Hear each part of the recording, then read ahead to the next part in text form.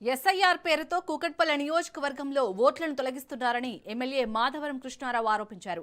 Booth level స్థాయిలో తనిఖీలు చేపట్టి క్షేత్రస్థాయిలో పరిశీలించకుండానే అధికారులు ఓట్లను తొలగిస్తున్నారని అన్నారు. ఇప్పటివరకు ఫతేనగర్ డివిజన్లో 351 నుంచి 366 నెంబర్ బూత్లలోని పలు కాలనీలలో సుమారు 40,000 ఓట్లను తొలగించారని ఎమ్మెల్యే తెలిపారు. దీనిపై ఆధారాలతో సహా జోనల్ కమిషనర్కు ఫిర్యాదు చేస్తామని, క్షేత్రస్థాయి పరిశీలన లేకుండా ఓట్లను తొలగిస్తే చూస్తూ ఊరుకునేది లేదని ఎమ్మెల్యే కృష్ణారావు హెచ్చరించారు.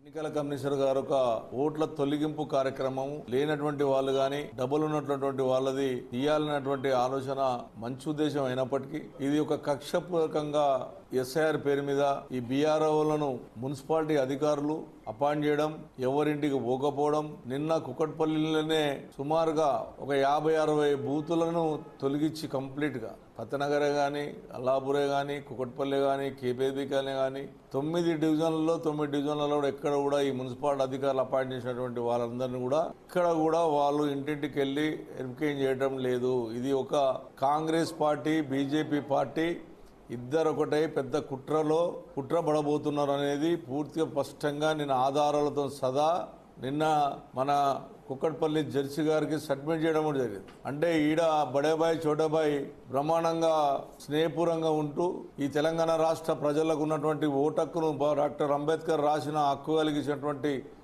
గొప్ప ఓటక్కును కూడా తొలగించే ప్రయత్నం చేస్తున్నారు అనేది కూడా పూర్తిగా స్పష్టంగా అయింది.